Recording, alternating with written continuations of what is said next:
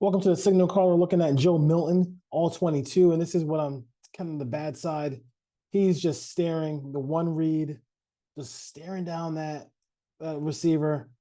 Ends up throwing a pick six here against Missouri. Missouri, a really good SEC team, and he just never looks off that guy. I mean, he never looks off that receiver. That's part of the issues with this offense, and he has as well. Earlier in that game, you see the good part of Joe Milton here, lines everything up. They check to the sidelines, which you're not going to be doing in the NFL for the signals and all the stuff like that. But look at this throw to the outside. You can see how spread out the wide receivers are in this offense. And he drops one in a bucket here, 60 yards down the field for a touchdown here. Missouri only rushes 3, I think, but listen, Milton has some ability, but he just needs to get some development to become a good NFL quarterback. But you look here, end zone on that throw here now, and that's just he just wound that thing up and just laced it out there. Back to the Signal Caller. And welcome to another episode of the Signal Caller. I'm your host, Dwayne Douglas, along with Solo Lopez. You can check me out on POR SBR, my Twitter handle, and then the Solo Lopez is where he's at on Twitter. We've been going through these quarterbacks. We did JJ McCarthy, we did Bo Nix, we did Michael Penix. We may have to revisit some of those guys as they go through the process. So we'll think about doing some of that as well. But right now, let's go right to the quarterback. The quarterback we're talking about today is Joe Milton. Option doesn't find one, so the legs become it, and look at week one against a really good D-line. Second and 22 after the penalty. Milton, a flick of the wrist downfield again, and first and goal. Milton gonna keep it himself, looking to get around the defender and then just stiff arms. Milton pumps. Milton strike inside. Let this 240-pound quarterback keep it. Milton. He's gonna stride. And now a third down and 9. As to the end zone, another score, and it goes. Milton, quarterback draw, up the middle, into the end zone. Milton to the end zone. Caught! Touchdown! They with tempo. Milton under pressure, launches downfield. Caught! Touchdown!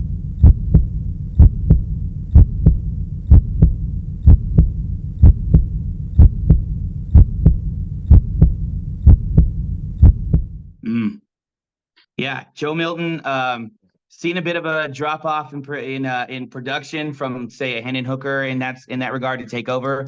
Did an admirable job last year when or the year before last when he took over for Hendon Hooker, and that was kind of gave Tennessee fans a little bit of hope that he was going to tear it up in this last year. Not necessarily what I saw in that regard. I think there were clear drop-off points that we'll go over from Hendon Hooker to a Joe Milton-led offense.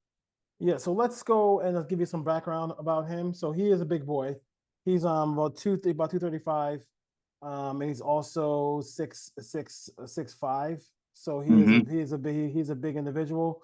So he has the size and strength that you want from the position. I think that it's the biggest thing for us to kind of give to Raider fans, because I know we're looking for a quarterback.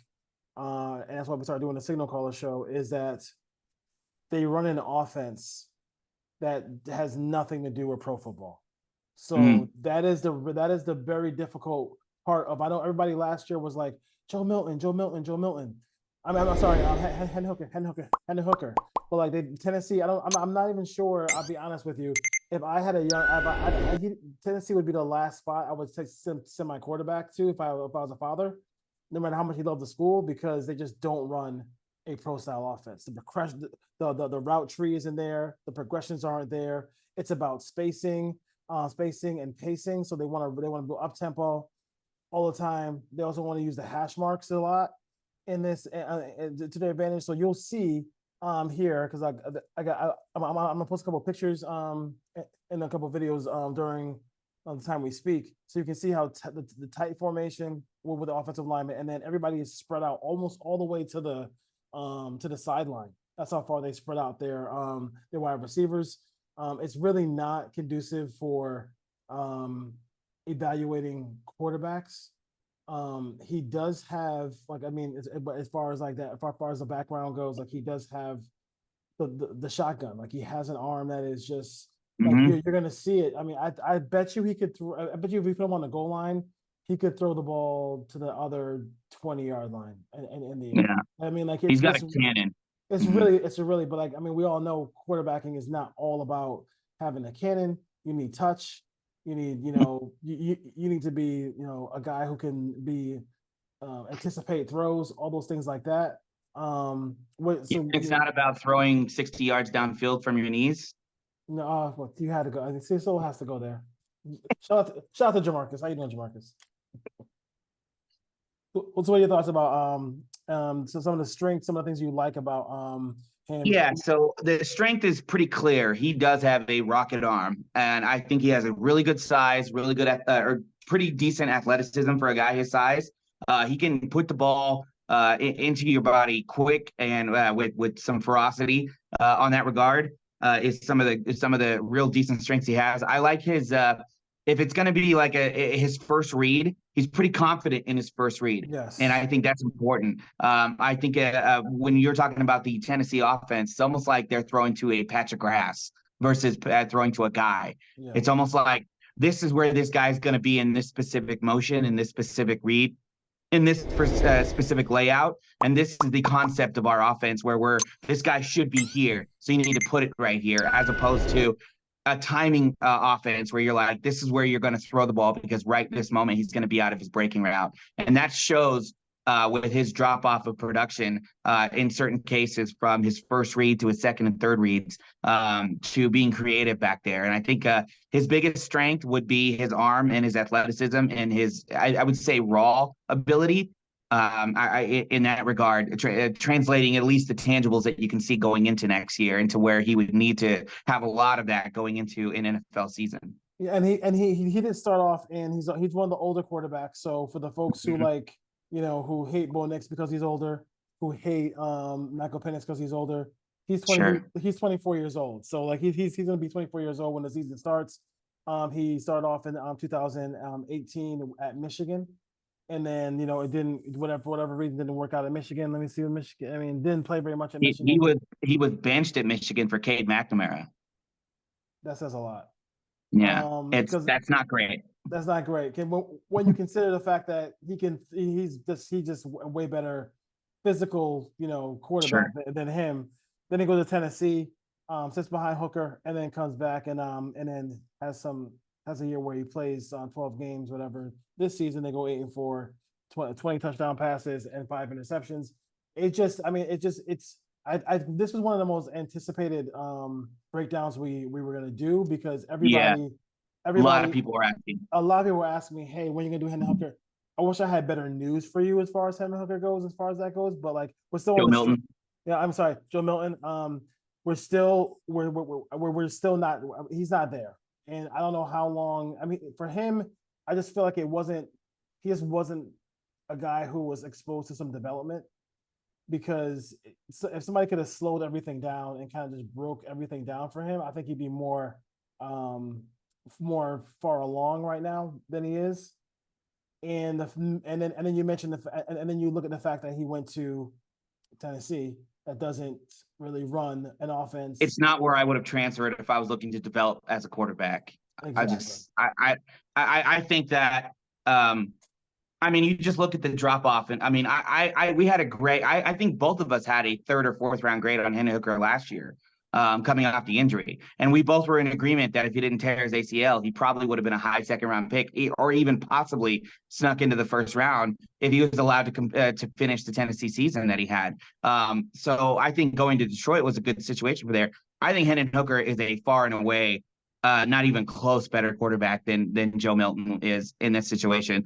The drop off in completion yards per completion, the drop off in yards per attempt, the drop off in completion percentage, the drop off in production. You're looking at a guy who in 2 years put together 6,000 yards and almost 60 touchdowns to only 5 turnovers. Whereas Joe Milton had the entire year in the same offense, and his drop off in completion percentage was 5 points from what Hendon Hooker had. So you could see the clear deficiencies that he had. And yeah, people that were really hoping that this was going to be something that we tethered to a good attachment.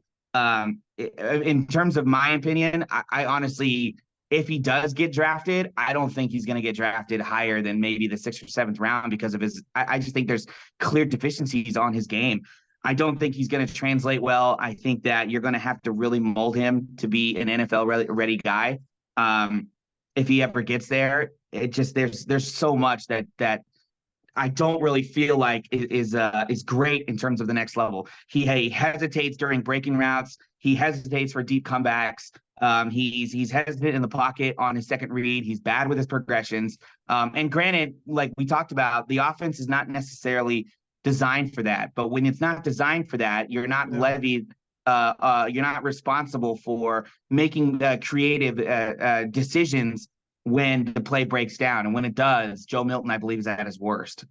And also, I mean, like, there's going to be, there are, like, when the all-20, when we watched the all-22 with him, especially when you see you see a slant or an out pattern, this is how hard he throws the ball. And then this is how live his arm is. Like, you could see the football flutter and get blurry on the screen. Like, he can really throw the ball with a tremendous amount of velocity. Like, don't get me like Josh Allen type of velocity. Yeah, I've never, like, even when I'm watching all these quarterbacks, you don't see that very often. When the ball just literally on the end zone view, you can see the ball is like fluttering and it's like blurry, like because he's throwing the ball so hard.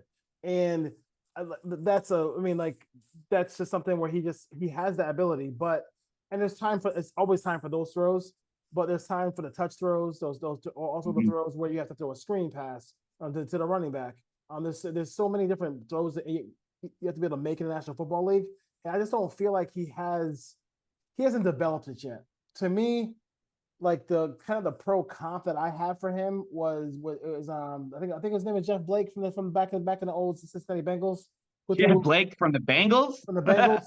Because he can, if he can just take a little bit off, if he just needs to be sitting, if you can play under center, run the football, play action fake, kind of like, like Boomer Esiason back in the day, like, really just really sell the fake.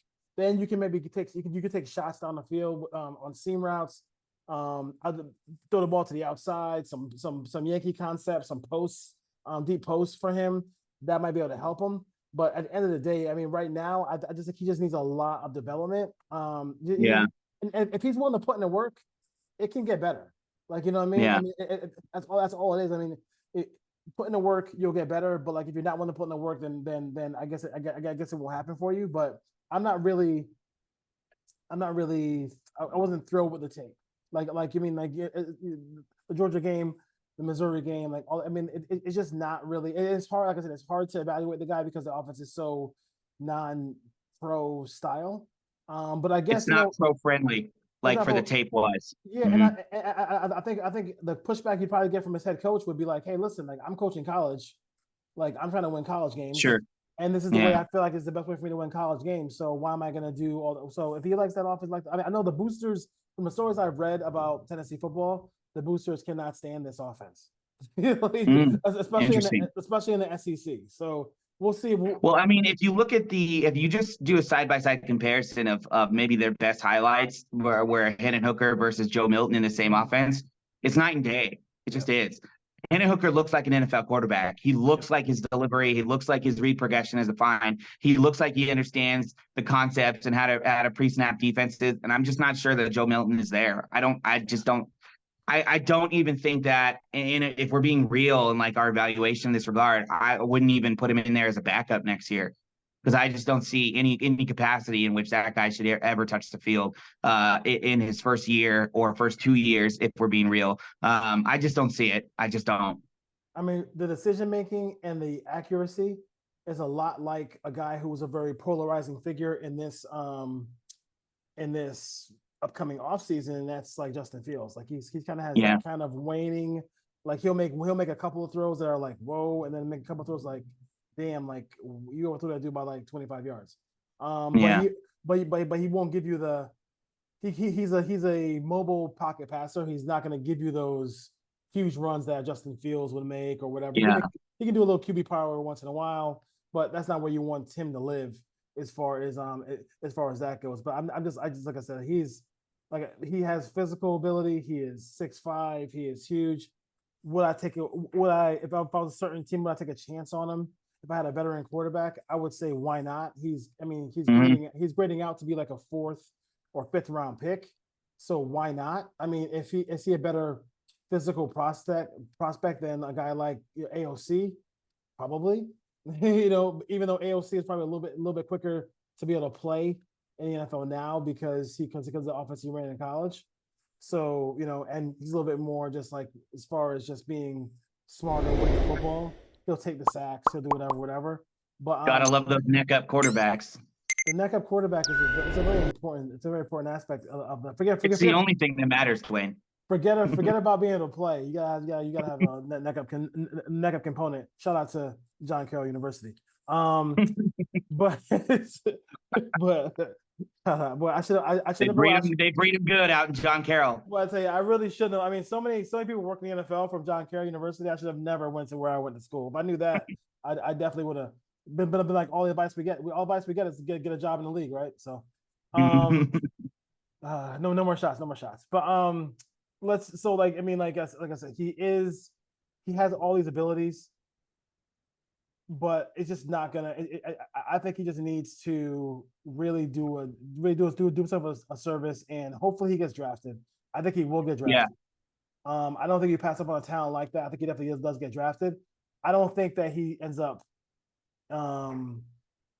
playing first year, second year, but like just when the opportunity comes, maybe because of injury, maybe because of whatever circumstances, just make sure that he puts in the time with his physical ability. Like, dude, like if he stays in the classroom and does this thing, like he could get better. But right now, the prospect, he's a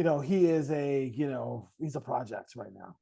I'd like to see him in a quarterback room with someone who's not going anywhere for a good long while. Yeah. I'd like to see him in a quarterback room with like Joe Burrow or Josh Allen or even Patrick Mahomes, in that regard. Like put him in a quarterback room with one of those guys. There's no expectation that you're going to need to be the NFL starter. There's no expectation for you to take over one day. Nobody's looking over their shoulder for you. And that's going to give him the sense of calm, the sense of work ethic that you're going to need to be able to work on your craft. And it's going to give you the latitude to do that if you work hard enough in some of those QB rooms and you learn from someone like that.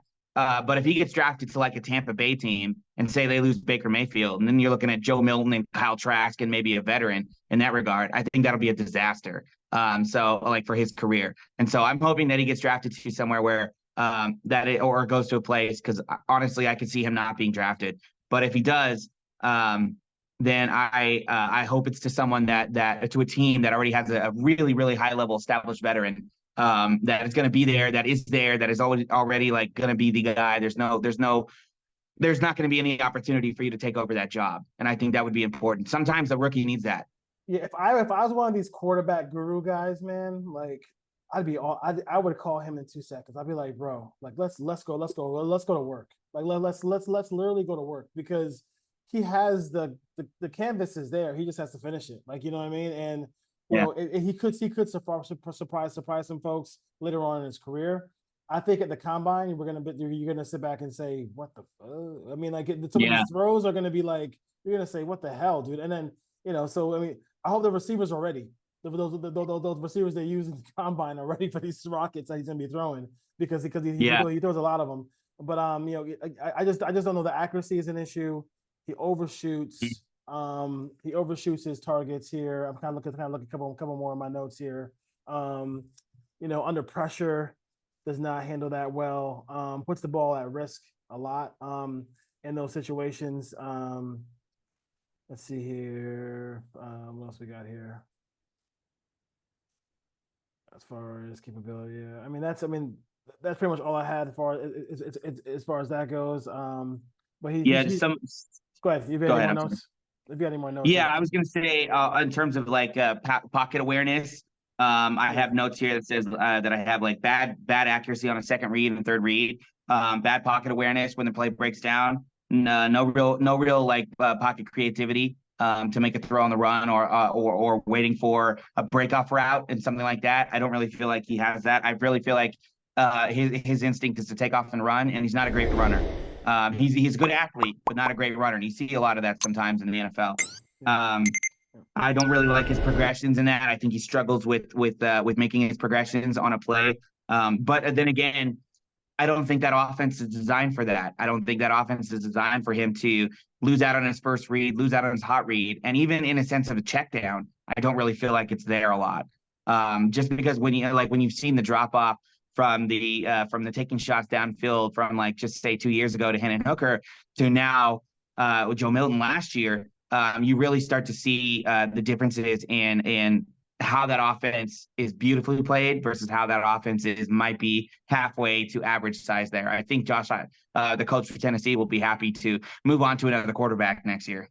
Yeah, it's just not there. It's just not there right now. I mean, and I don't want to ever condemn somebody and be like, okay, it's their career is done before it even starts. Sure. But I mean, like I said, if he has, like I said, a quarterback guru, one of these guys, the guy who works with who worked with Tom Brady, the guy who works with he also works with Dylan Raiola, who's going to be the quarterback for Nebraska this year.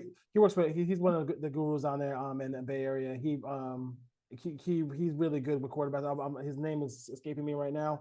I mean, if I was his crew, I would say, listen, you need to go to him, dude, because if we can figure this out, he could really be a solid NFL quarterback, and he could be a guy who can just threaten you as soon as you play him. He's threatening you down the field every single play. Like, you have to really play only a certain style of defense against him because you're so worried about the deep shots as far as that goes. Joe Milton. I got a team for you. How about Los Angeles, the Rams? I don't see. McVay brings him in. Probably. Well, maybe. I mean, McVay's version of his offense, he throws the ball down the field. So I mean, you would need. I mean, like I said, if he wants to put in the work, they could. Where the Rams drafting this year right now? I mean, the Rams could. I think they made it to playoffs, so probably in the 20s. Yeah, they're like 22, I think. If they really want to just go first round QB, I mean, they could. For Milton? No, not for Milton, but I'm just saying in general. Sorry. Yeah. I mean, before any Rams fans had a heart attack. No. I mean, they could do that. I mean, and I wouldn't think anything of it. Penix, maybe. I mean, I would say one thing about Penix too is, like, after really watching Getsy's offense and watching like 3 or 4 Bear games, this offense needs a quarterback who can move. So I don't think Penix is. I know people like Penix a lot. I think it's Nix or JJ McCarthy. I don't think it's going to be because if you can't get to the top, if the Raiders can't get to the top, obviously they want to stay where they are, take that player so the draft board just remains the same. Yeah. But obviously, if somebody's going to drop. It's weird, but I kind of feel like, I know it's supposed to be chalk in the first three picks, but just the NFL is just weird like that, and just the Raiders will have an opportunity. We'll see if they pull the trigger on it. Like that'll be the biggest thing. I say it every year in the spaces, every year to people who will listen about draft evaluation. Every single year, it never fails. Someone always messes up in the top 10. Yeah. Oftentimes it's the Raiders that are messing up and pushing talent down, but this year the Raiders are not in the top 10, and maybe they can be the beneficiaries to someone dropping and making a catastrophic mistake in the first round. It happens every single year. Someone messes up and allows a top tier talent to drop down the boards and go to a place that they shouldn't be going in terms of that. Well, I shouldn't say shouldn't be going, because that's where they went, but in terms of the talent level versus what teams are passing players like that up. I think the Raiders did last year with several guys in that regard. Yeah, should be interesting to see what happens as far as that goes. So that's pretty much the Joe Milton story. I don't know if you have anything else with Joe Milton. I will say that's pretty much, as far as that goes. He is interesting prospect, a later round prospect. Yeah. He's not somebody who you're going to take a first, second, third round pick on. But as far as his ability to throw the ball down the field, you want to do play action fake, dig routes, all those things like that, he can throw those. I mean, just the problem is if the first play is covered, he might throw it anyway. Yeah. Like, I think Joe Milton is the textbook definition of an NFL project quarterback. yes. I think you take him in a situation where you have no need to ever rely on Joe Milton to go out there and win you ball games. I think your desire when you draft Joe Milton next year is to get him to an NFL competent level and maybe get him to an NFL backup level. And then if the opportunity ever arises that he'll need to play, that you'll be safe and comfortable with that. And then maybe he shows you that he's more if he ever gets the opportunity to do so. All right, we'll see. All right, folks. So anything else? The Raiders did sign Luke Getsy. Let's just do our little 2-minute thing here. Let's do 5 minutes on Luke Getsy, the new offensive coordinator for the Las Vegas Raiders. Well, on my end, just for me, I should say, in my own opinion, I will say that I don't like the hire. I think that he was nobody's first choice, and I think that was pretty evident. I don't like the idea of the Raiders taking guys that are failing upwards. You can blame a lot of the statistics that we saw on offense last year on Justin Fields, and a lot of people are saying, well, now it's Justin Fields that was likely bad and not Luke Getsy. I think it's pretty clear that if you have an offense that you're specifically designing around one guy, that it should be more efficient, should be better passing in that regard. If you have 2 years to do it and it gets worse year over year in that situation with the same guy at quarterback and the same guy calling the plays, I think that that's a problem. I do not think that his offense translates to super success. And I think that if you're going to run it with someone like Aiden O'Connell, if that's the plan, maybe you'll have an average style, but I just don't think that when you have a bad play caller who's proven to be a bad play caller, and you pair him with a guy that might not be necessarily the best quarterback in that regard, or even an average quarterback, I think you're going to see the results that you saw last year in Chicago, which were not good. They were towards the bottom of the barrel in a lot of categories, a lot of statistics. The rushing situation that he had, which he's I guess primarily praised for, is a lot wholly dependent on your quarterback rushing for almost 2,000 yards in 2 seasons with him.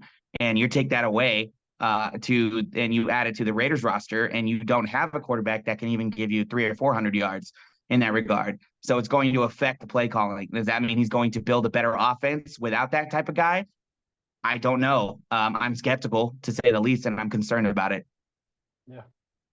And rightfully so. So I'll take the last couple of minutes here and just say, here's the thing. Our highest, we have on the Put On Raiders podcast, we have 2 shows that were our highest viewed shows. First one, hilariously enough, was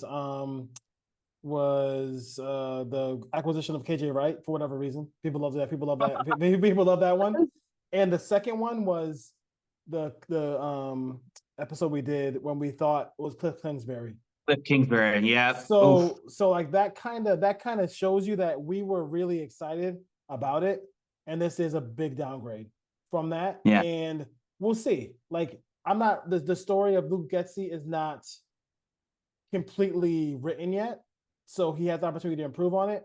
But they got to get AP and they got to get Luke Getsy a quarterback, because they got no chance to run that offense with AOC there as far as that goes. At least a good offense.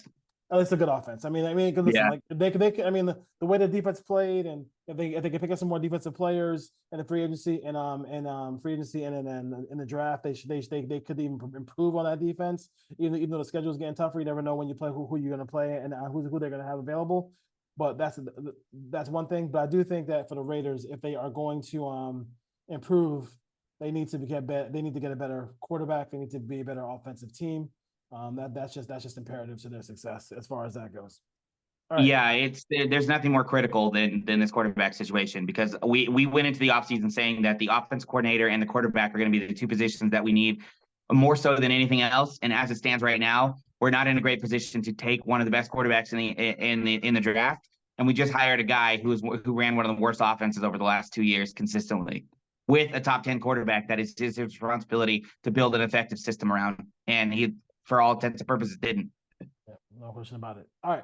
So for members only, I'm going to do a full breakdown of Joe Milton's game against Missouri. I thought that this was the game where you can see kind of the ups and downs, the talent, and then why he is going to be a 4th or 5th round pick. So for the members only, click on that button and you'll see that, and you'll be able to see that whole breakdown. I'll just voice the whole thing over, and you can see why he is where he is as a prospect. I want to, before Solo goes, I have, and if you don't have this, I would say don't use the other simulator, draft simulator. I got a 3-round simulator right here now. I'm gonna put Solo on the spot here. I totally surprised them because I didn't want. I want to see off the cuff. I want to see if you do it off the dome here. NFLDraftBuzz.com has a really good draft simulator. I got the Raiders at 13. I'm going to start the draft now and put Solo on the clock. I'll let you know. Everybody who got where everybody goes.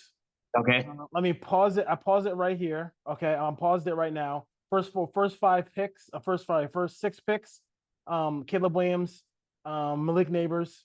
Drake May, Joe Alt, Marvin Harrison Jr. goes to the Chargers, and Dallas Turner goes to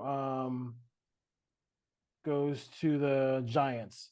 At number 7 is the Titans. Are we trying to trade with the Titans? With Jaden Daniels on board? With Jaden Daniels available? Absolutely. Yeah. That's what I thought. Wait, what mock simulator is this? This is NFLDraftBuzz.com.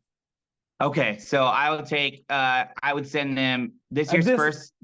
Yeah, at this point you'd have to draft it, and you have to trade. You have to call them and try to get Jaden Daniels. If he drops to 7, then you're selling the farm. So in my opinion, it's this year's first and second, next year's first and second, and next year's 4th, and I think that'll get it done. Okay, let's see here. Get that in there. Boom. One more. I threw another pick in there. So that is good. Okay. So that's Daniels all the way. And that's Daniels. So let's get Daniels here.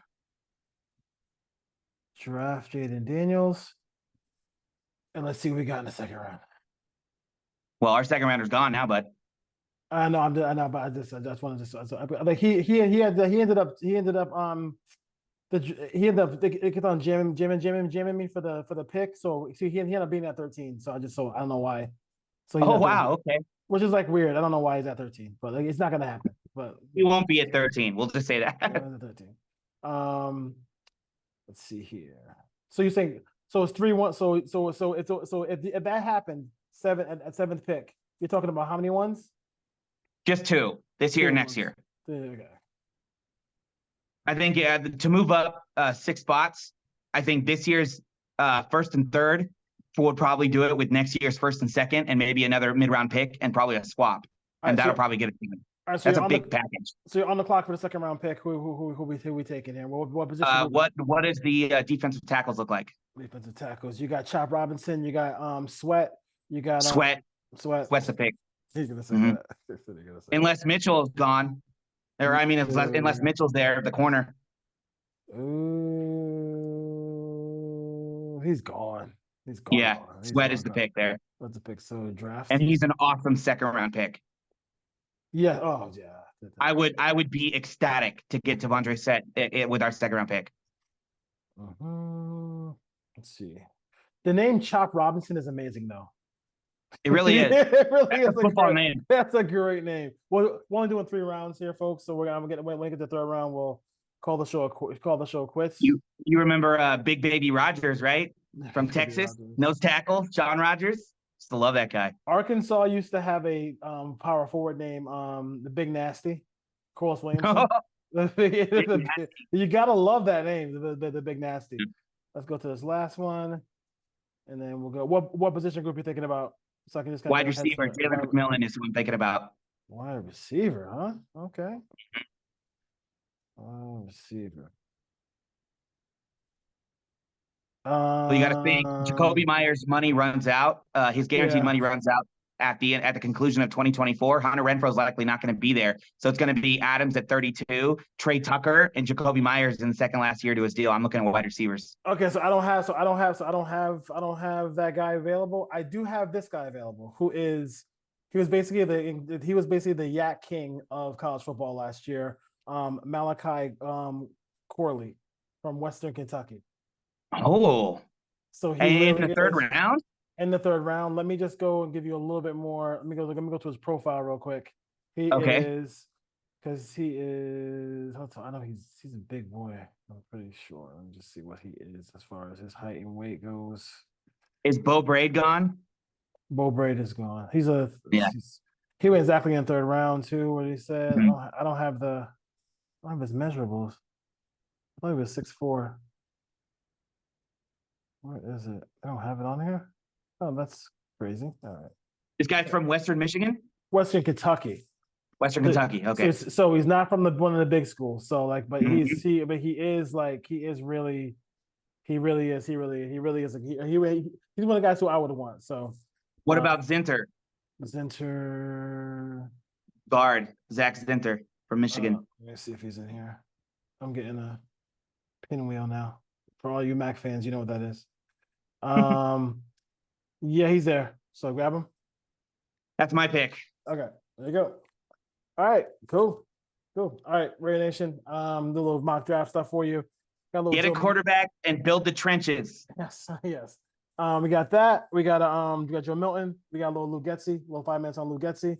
You'll see more. You hear about more of that on the Put on Raiders podcast. So check out me and Ryan on that one. And then we did a little quick draft simulator here to get into that mode here as well too. It's kind of this one's much better. I didn't even. Somebody was talking to me about just give him picks till 27, and I'm like, well, this is not NBA. You can't do that. You can't do No. that. No. The NFL saves you from yourself that way because you know people would do that. Yeah. I think it's only 2 years, right? It's only 2 years. 2 years outstretch. It's only 2 years. So it makes it so like you can't sell like your entire first round pick for you can't go it's like 7 first round picks for that. All right, Red Nation. See you next time. Signal caller calling off, signing off, if you will. All right, Solo. Travis will throw, lobs it deep, and wide open is Johnny Wilson inside the 40. Wilson wrapped up at the 30. Touchdown saving tackle by. First down and goal from the 4. Florida State looking to go up 2 scores here. Travis wide open, back in the end zone. Touchdown, it's Preston Daniel. On the 40-yard line with Jordan Travis in the game at quarterback, and he'll throw it. Jaheim Bell comes free, breaks a tackle at the 15. Another tackle, dives for the end zone. And down at the half-yard line. Play clock at 2. Travis, end zone, wide open, touchdown.